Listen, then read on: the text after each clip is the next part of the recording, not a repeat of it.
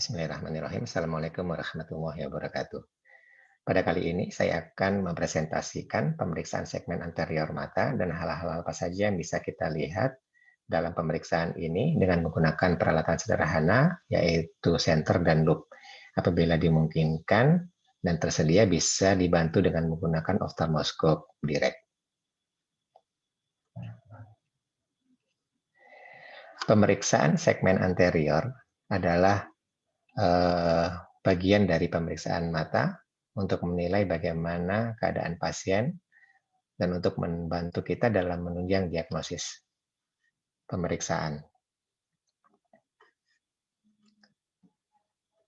Langkah-langkah yang akan kita lakukan yaitu dengan melakukan pemeriksaan tajam penglihatan terdahulu. Ini merupakan suatu tanda vital mata karena pada umumnya pasien datang dengan keluhan penglihatan buram ya sebagai fungsi utama dari mata. Kemudian kita lakukan pemeriksaan segmen anterior dengan menggunakan senter, dan pada saat kita memeriksa segmen anterior ini, kita juga melakukan pemeriksaan kedudukan bola mata serta pergerakan bola mata.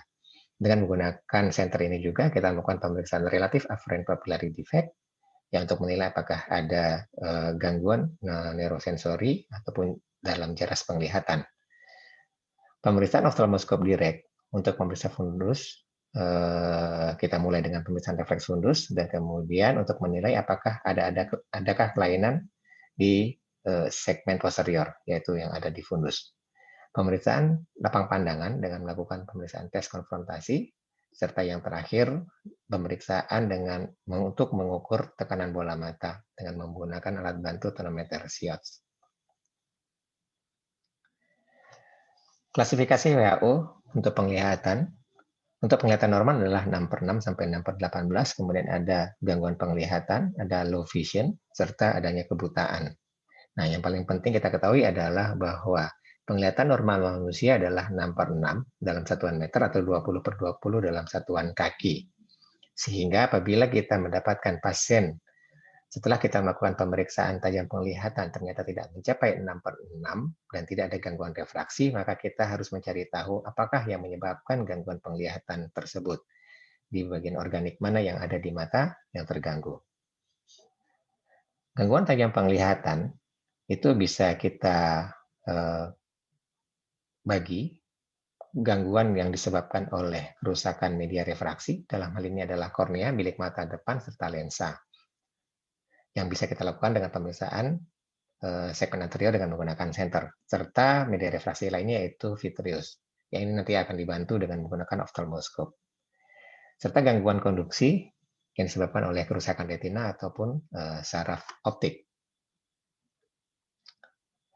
Mata secara makroskopis dengan menggunakan senter, ya, ataupun dengan keadaan biasa, kita akan bisa melihat bahwa batasan mata, yaitu untuk bagian superiornya adalah sampai superior orbital rim, ya, dan kemudian di inferior orbital rim ya kita bisa meraba di sini adanya tulang, ya, batas tulang orbital di bagian bawah, kemudian kantus lateral serta kantus medial. Dan perlu juga diperhatikan bahwa ada yang namanya kelenjar lakrimal yang memproduksi air mata, kemudian adanya kelopak mata atas serta kelopak mata bawah serta adanya bulu mata. Ya. Dan untuk menjaga lapisan air mata ini kita mempunyai sistem lakrimasi yang baik, yaitu dengan mulai dari produksi kelenjar air mata dan kemudian pada saat kita berkedip air mata itu akan dialirkan ke arah sakus lakrimal melalui kanalikulus seperti ini. Ini adalah bagian mata dan ini adalah bola mata. Hal yang pertama bisa kita lakukan pemeriksaan awal yaitu untuk melihat posisi bola mata. Apakah posisi bola mata ortoforia ataupun ada juling. Apakah juling ke arah luar maupun juling ke arah dalam. Ada juga juling ke arah atas maupun ke arah bawah. Nah, untuk menilai posisi bola mata ini, kita arahkan senter ke arah glabella, ya ini supaya tidak menyebabkan rasa silau pasien. Dan kita lihat apakah refleks yang ada itu seimbang atau tidak, berada di posisi yang sama antara mata kanan dan kiri.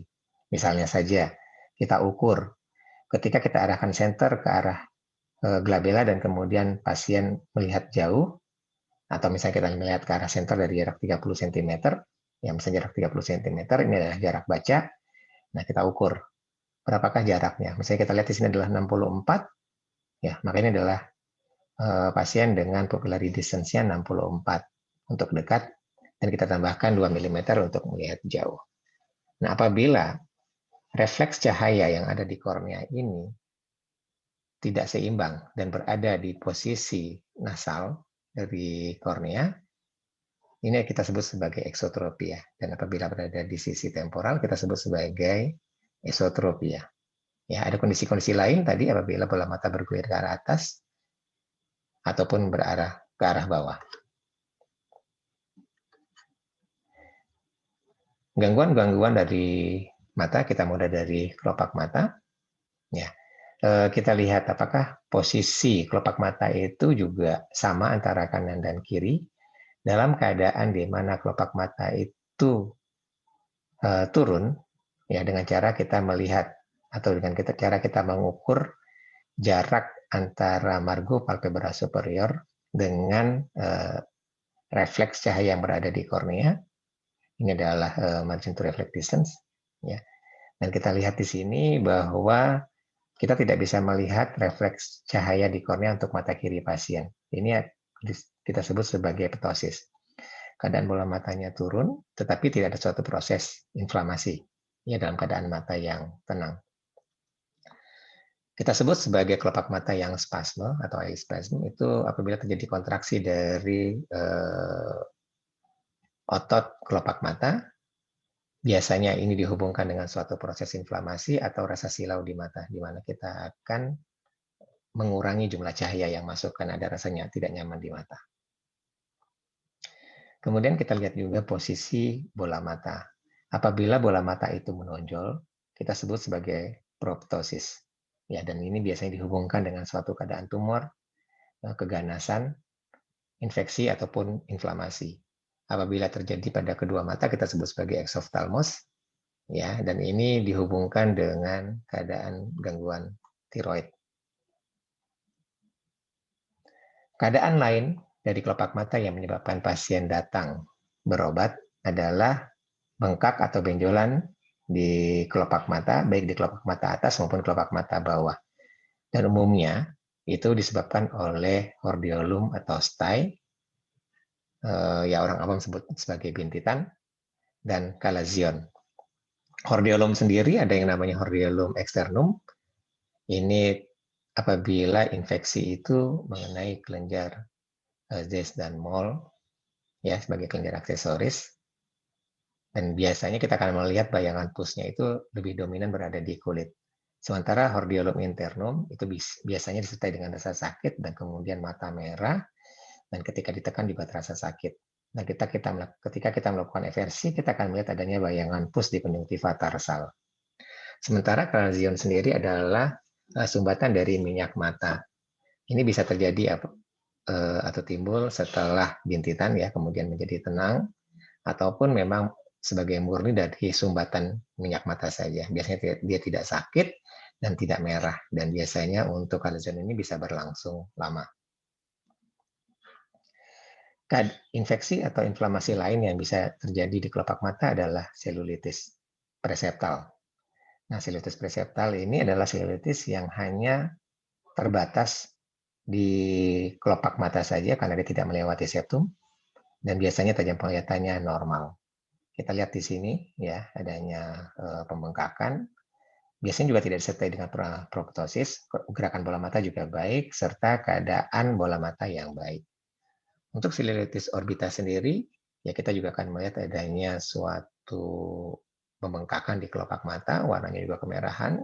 Biasanya disertai dengan proptosis karena dominan inflamasi atau infeksinya itu berada di rongga orbita dan menyebabkan gangguan pergerakan bola mata, bisa disertai dengan rasa sakit ataupun kemosis ya, edema dari konjungtiva.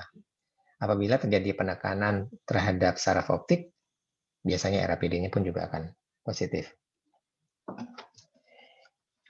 Keadaan-keadaan tumor ataupun keganasan, baik tumor jinak ya, ataupun tumor ganas bisa terjadi juga di kelopak mata seperti ini, atau keadaan-keadaan yang merupakan suatu variasi seperti mole ataupun nevus. Ya. Nah, kemudian bagaimana dengan bulu mata? Ada beberapa keadaan ataupun kelainan yang bisa terjadi, misalnya saja trichiasis.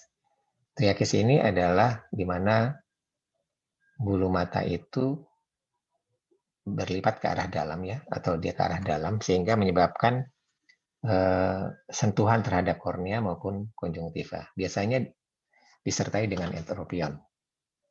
Entropion sendiri adalah suatu keadaan di mana kelopak mata itu terlipat ke arah dalam. Nah, keadaan seperti ini, ya. Kemudian ada yang namanya distichiasis. Distichiasis adalah di mana apabila bulu mata itu tumbuh tidak pada tempatnya ataupun keluar tidak pada tempatnya. Misalnya saja seperti ini berada di kelenjar meiom. Dalam keadaan normal, konjungtiva kita akan terlihat seperti ini, ya tenang, ya terdiri dari konjungtiva tarsal dan kemudian konjungtiva bulbi serta yang berada di bagian dalam kita sebut sebagai fornix. Nah, untuk keadaan mata merah, ya orang awam biasanya sebut sebagai mata merah, itu bisa disebabkan oleh beberapa keadaan. Mata merah sendiri merupakan suatu tanda adanya inflamasi di bola mata, yang kadang-kadang bisa menyebabkan keadaan serius. Nah, untuk beberapa injeksi ataupun dilatasi dari pembuluh darah konjungtiva, bisa kita lihat adanya injeksi konjungtiva seperti ini, dan umumnya ini adalah inflamasi atau infeksi yang berada di konjungtiva, di superficial. Kita lihat juga di sini bahwa warnanya dia merah, ya, seperti ini, dan pembuluh darahnya pun biasanya juga turtus, dia superficial terlihat. Ya. Berbeda dengan injeksi episklera, kita lihat di sini dia berada di lapisan yang lebih dalam lagi, di belakang dari pembuluh darah konjungtiva seperti ini, dan biasanya dia juga lebih lurus, ya, dan warnanya juga biasanya livid ataupun keunguan. Nah, untuk injeksi episklera sendiri biasanya dihubungkan dengan inflamasi episklera maupun inflamasi sklera. Injeksi yang lain, kita lihat adalah injeksi silier. Ini mengindikasikan adanya suatu proses inflamasi ataupun infeksi di kornea, di iris, di badan silier anterior, ataupun di bilik mata depan. Misalnya saja kita bisa lihat injeksi silier pada glaukoma serangan akut. Jadi, untuk membedakan injeksi ini penting sekali karena kita akan bisa memperkirakan jaringan mana yang mengalami inflamasi ataupun mengalami infeksi. Injeksi konjungtiva umumnya kita lihat pada konjungtivitis. Nah, misalnya saja pada konjungtivitis virus seperti ini, beberapa gambaran klinis yang bisa kita lihat, misalnya adalah folikel. Ya, ini merupakan suatu kumpulan dari limfosit, ya, dan kita lihat bahwa folikel ini memang umumnya berada di daerah fornix. Yang paling penting adalah ketika kita melakukan pemeriksaan permukaan bola mata seperti ini di segmen anterior, kita melihat apakah permukaan itu rata atau tidak. Apabila dalam keadaan yang rata, dan kita arahkan ke arah konjungtiva, ataupun misalnya konjungtiva bulbi maupun kornea, itu refleksi cahayanya cuma satu. Tetapi apabila kita melihat begitu banyaknya refleksi seperti ini, ya, ini menunjukkan bahwa permukaan konjungtivanya tidak rata. Ini adalah folikel di konjungtiva tarsal, baik superior maupun inferior. Jadi jangan lupa untuk melakukan eversi, dan kemudian kita lihat adanya injeksi konjungtiva. Ya, dan kemudian kita lihat juga adanya suatu discharge yang serosa, ya, atau watery. Dalam keadaan-keadaan yang lebih berat, kita bisa melihat adanya pseudomembran di konjungtiva tarsal, baik superior maupun inferior. Jadi mohon diperhatikan refleksi cahaya pada permukaan yang kasar. Nah, untuk konjungtivitis alergi, baik vernal, seasonal, perennial, seperti itu, ataupun atopik, kita akan bisa melihat beberapa gambaran klinis yang umum, yaitu reaksi papilaris seperti ini. Jadi dia hanya hiperemis saja, biasanya kita terlihat seperti bludru, ya, velvet biasa disebut seperti itu. Dan apabila papil ini membesar, bisa terjadi giant papil ataupun cobblestone. Ini memang dihubungkan dengan reaksi alergi ataupun respon imun, ataupun kita juga bisa melihat pada keadaan di mana reaksi terhadap benda asing. Dalam beberapa keadaan, misalnya pada penggunaan lensa kontak yang lama, ya akan terjadi giant papillary conjunctivitis. Di conjunctivitis alergi, ya kita juga bisa melihat adanya suatu litiasis ya atau conjunctival concretion ya. Jadi dia mengeras gitu ya, suatu keadaan inflamasi yang kronik. Jadi terjadi kalsifikasi di sini. Dan ada conjunctival scarring berwarna keputihan seperti ini. Ya, apabila permukaan dari litiasis tidak rata, biasanya pasien akan mengeluh rasa mengganjal. Keadaan merah lain di konjungtiva bulbi yang bisa kita temukan adalah perdarahan subkonjungtiva. Ini adalah suatu keadaan yang sebenarnya tidak berbahaya untuk mata, biasa terjadi spontan, tetapi apabila keadaan ini berulang, mungkin kita pikirkan suatu keadaan sistemik lainnya, apakah hipertensi, diabetes mellitus, apakah pasien menggunakan obat-obat pengecir darah, ataupun pasien dengan keadaan-keadaan gangguan pembekuan darah. Jadi apabila berulang, ada baiknya kita melakukan workup ataupun konsultasi dengan teman sejawat kita di penyakit dalam.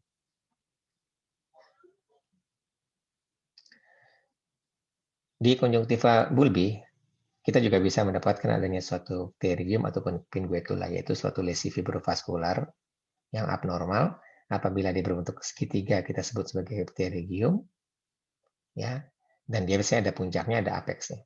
Dan dia mempunyai klasifikasi apakah grade 1, grade 2, grade 3 ataupun grade 4 yang apabila sampai menutup pupil. Kemudian ada yang namanya pinguecula. Ini juga mirip dengan pterygium tetapi dia tidak melewati limbus ya. Dan kalau kita lihat juga pembuluh darahnya berbeda. Kalau ini memang mengikuti atau mengarah ke arah apex dari lesi fibrovaskular tersebut pada pterygium. Sementara pada pinguecula tidak. Kita juga bisa melihat adanya suatu massa di konjungtiva, apakah jinak maupun ganas. Yang jinak kita sebut biasanya adalah nevus, ataupun yang ganas ya melanoma maligna. Dan beberapa keadaan massa di konjungtiva juga bisa saja ya, terjadi. Nah, untuk episkleritis maupun skleritis, kita akan bisa melihat adanya suatu nodul ataupun necrotizing ataupun adanya suatu skleromalacia. Episkleritis biasanya adalah suatu keadaan yang tidak terlalu berbahaya ya dibandingkan dengan skleritis ya. Dan kemudian dia umumnya juga jinak, bisa nodular dan biasanya juga tidak rasa sakit. Nah, skleritis sendiri biasanya akan disertai dengan rasa sakit dihubungkan dengan suatu keadaan penyakit-penyakit sistemik. Jadi kita bisa minta tolong untuk pasien menutup mata dan kemudian kita ketuk pada mata yang merah. Apabila dia merasa sakit, itu lebih ke arah skleritis dibandingkan episkleritis. Nah, sekarang kita lebih ke depan lagi, yaitu kornea. Nah, kornea adalah suatu jaringan yang transparan dan permukaan kornea ini sendiri mempunyai diameter horizontal dan vertikal yang berbeda, serta ketebalan yang juga berbeda antara perifer dan sentral. Terdiri dari 5 lapis, yaitu epitel, membran Bowman, stroma, membran Descemet, serta endotel. Di sini kita bisa melihat lapisan kornea dengan menggunakan slit lamp. Ya. Suatu keadaan yang normal juga yang mungkin akan sering ditanyakan ke pasien adalah lingkaran putih seperti ini yang berada di kornea. Ini adalah argo senilis.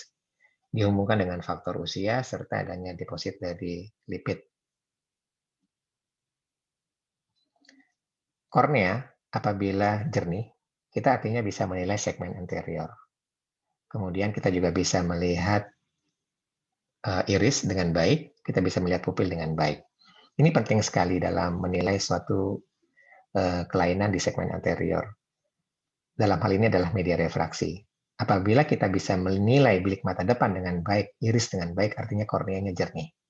Apabila dalam pemeriksaan kita lihat bahwa korneanya jernih, tetapi kita tidak bisa melihat iris dengan baik, kemungkinan segmen anterior bilik mata depannya yang mengalami gangguan. Seperti itu. Ya, atau kita juga tidak bisa menilai lensa karena adanya suatu fibrin yang menutupi daerah pupil seperti ini. Jadi sangat penting sekali untuk menilai segmen anterior ini dimulai dari depan sampai ke belakang. Keadaan atau kelainan yang bisa kita jumpai pada kornea seperti epiteliopati, ya, dengan menggunakan fluoresen kita akan lihat seperti ini. Ini adalah keratopati pengutat superficial, biasanya disebabkan karena efek toksik, atau misalnya pada konjungtivitis alergi ataupun blefaritis, ya, jadi menyebabkan gangguan dari epitel kornea. Ini tidak terlalu membahayakan, tetapi membuat rasa pasien tidak nyaman, dan juga terkadang menyebabkan gangguan penglihatan. Biasanya pasien akan mengeluh glare, ya, atau melihat cahaya itu berpendar. Dalam keadaan yang lebih berat, kita akan bisa melihat adanya satu keratopati bulosa. Ya, ini biasanya disebabkan karena adanya edema kornea, gangguan dari pompa endotel untuk mempertahankan transparansi kornea. Jadi, pompa endotel itu penting sekali, ya, dia akan berhubungan dengan aqueous humor. Kornea bisa mengalami erosi seperti ini atau abrasi. Biasanya pasien sangat sakit, ya, kemudian sangat berair dan pasien merasa silau. Kita akan juga bisa melihat adanya injeksi ciliar, ya, yang dominan seperti ini. Ya, ini bisa disebabkan oleh karena trauma, misalnya bisa karena lensa kontak juga, atau misalnya pasien mengujak mata seperti itu dan terlalu keras, ya, misalnya. Kemudian benda asing kornea seperti ini, ya, ini terkadang kita temukan pada pekerja-pekerja pengelasan, gerinda seperti itu. Dan di permukaan kornea sendiri, di epitel, kita juga bisa melihat adanya satu keratitis filamentosa. Ini merupakan suatu kompleks aderen antara mukus dengan korneal epitelium. Pada keadaan-keadaan konjungtivitis yang berat, ya, kita akan bisa juga mendapatkan seperti ini. Ini menyebabkan rasa pasien yang tidak nyaman. Nah, sekarang kita bergerak ke infeksi kornea. Kita mulai memperkenalkan dulu dengan yang namanya infiltrat. Jadi suatu akumulasi dari leukosit ataupun jaringan-jaringan yang nekrosis, bisa juga disertai dengan adanya suatu mikroorganisme di dalamnya, kita sebut sebagai infiltrat kornea. Nah, infiltrat kornea ini sendiri bisa tidak menyebabkan adanya suatu defek atau terkupasnya epitel ataupun jaringan stroma yang hilang. Jadi dia hanya infiltrat saja dengan permukaan epitel yang masih rata. Ataupun juga bisa kita dapatkan keadaan di mana disertai dengan defek. Nah, keadaan defek ini kita sebut sebagai ulkus kornea. Jadi ulkus kornea yang aktif, ya, itu apabila kita mendapatkan adanya infiltrat, kemudian adanya defek dari epitel ataupun stroma. Dan ini kita juga baiknya melakukan pengukuran berapakah diameter defek dan berapakah diameter dari infiltrat. Untuk infeksi kornea seperti ini, apabila kita berhasil menanganinya, mengobatinya dengan baik, yang baik itu disebabkan oleh karena bakteri, jamur, protozoa adalah biasanya akan amoeba, virus, biasanya akan meninggalkan bekas, yaitu jaringan parut, seperti ini. Dan kita tidak akan melihat adanya suatu kemerahan di konjungtiva, baik injeksi konjungtiva maupun injeksi siliar. Infiltrat bisa juga berbentuk epitelial seperti ini, ya, dan di superficial, ya, umumnya disebabkan karena virus. Dan kita perhatikan bahwa ada lesi putih seperti ini di kornea, ya, dan kemudian kita senterkan apabila kita melihat adanya satu tambahan refleksi, artinya itu permukaan korneanya nggak rata. Nah, kemudian, ya, dengan menggunakan slit lamp, ini biasanya alat bantu yang digunakan oleh dokter spesialis mata, kita bisa melihat bahwa infiltrat ini berada di superficial, di epitelial seperti ini. Infiltrat sendiri juga bisa berbentuk dendritik, ya, seperti ini, ya, umumnya disebabkan oleh virus. Apabila dia meluas, disertai dengan adanya defek, kita sebut sebagai ulkus geografik. Biasanya karena keadaan virusnya dia bereplikasi menjadi lebih banyak, menyebabkan terjadinya defek epitelial seperti ini. Dan biasanya kita juga membantu untuk menilai apakah ini virus, yaitu dengan menggunakan pemeriksaan tes sensibilitas, yaitu dengan menggunakan cotton bud, ya, kita ambil satu filamen saja, kita tarik seperti itu, dan kemudian kita sentuhkan ke kornea pasien. Biasanya pada keadaan seperti ini sensibilitasnya akan turun, ya. Jadi bisa mulai dari tadi yang punktata, kemudian bisa menjadi dendritik, ataupun bisa menjadi geografik. Ini umumnya disebabkan oleh karena virus. Dan dia biasanya juga bentuknya itu tidak bulat, ya.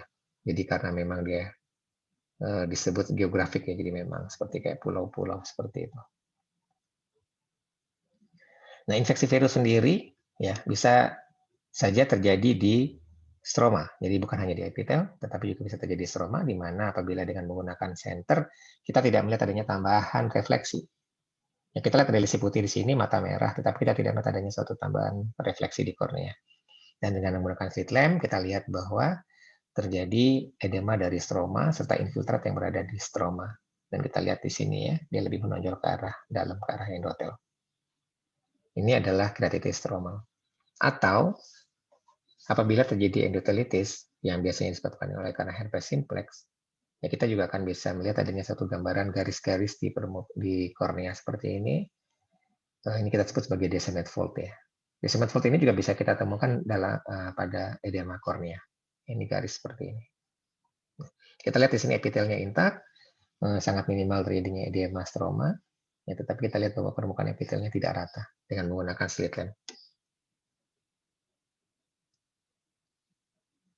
Nah, untuk ulkus kornea sendiri, tadi kita sebutkan bahwa infeksi kornea itu adalah keratitis. Dan apabila terjadi defek epitel, defek stroma, kita sebut sebagai ulkus kornea. Ya, ulkus kornea adalah bagian dari keratitis. Nah, untuk severity-nya sendiri atau tingkat keparahannya sendiri, kita juga bisa tambahkan diagnosisnya atau permasalahannya, misalnya saja ulkus kornea dengan hypopion, ulkus kornea dengan descematokel ataupun impending perforation, atau ulkus kornea perforasi seperti ini. Nah, hipopion sendiri adalah akumulasi dari sel-sel inflamasi ataupun jaringan nekrosis ataupun bisa terisi oleh mikroorganisme yang berada di bilik mata depan. Ya. Sementara descematokel ini apabila kornea ini sangat menipis, tetapi bilik mata depannya masih dalam, ya belum terjadi perforasi.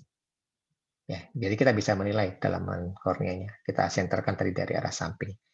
Dan kemudian apabila kita melihat seperti ini, ya ini kita sebut sebagai ulkus kornea perforasi dengan adanya prolaps dari iris. Ya.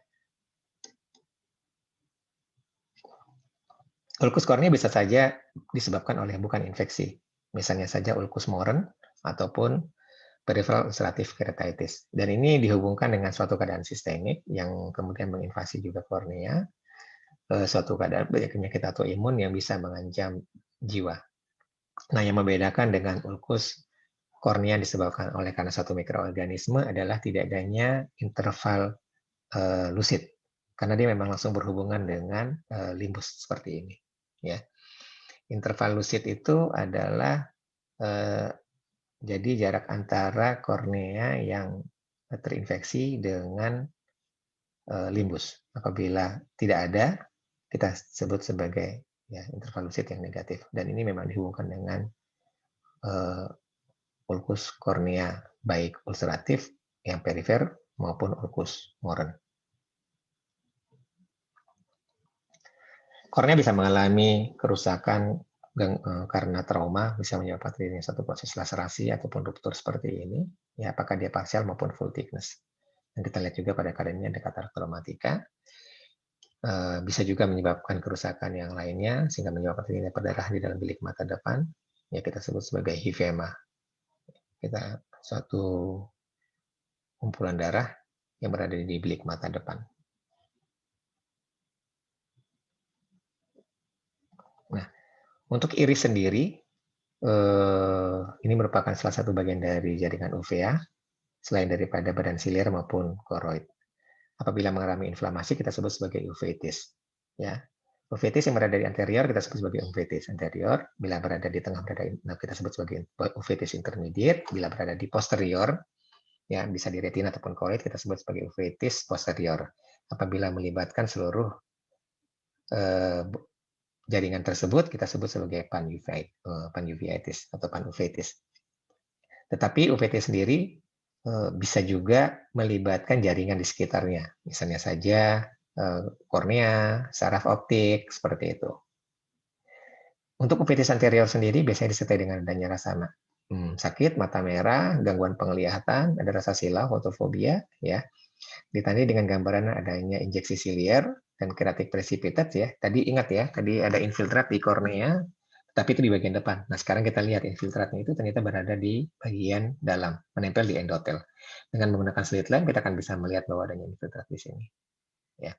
Dan kita juga bisa lihat adanya cells di bilik mata depan ataupun flare, tetapi sayangnya pemeriksaan cells dan flare ini tidak bisa dilakukan dengan hanya menggunakan center dan lobe, tetapi perlu menggunakan slit lamp. Kita juga bisa mendapatkan adanya iris ataupun fibrin synechia posterior, ini pada uveitis.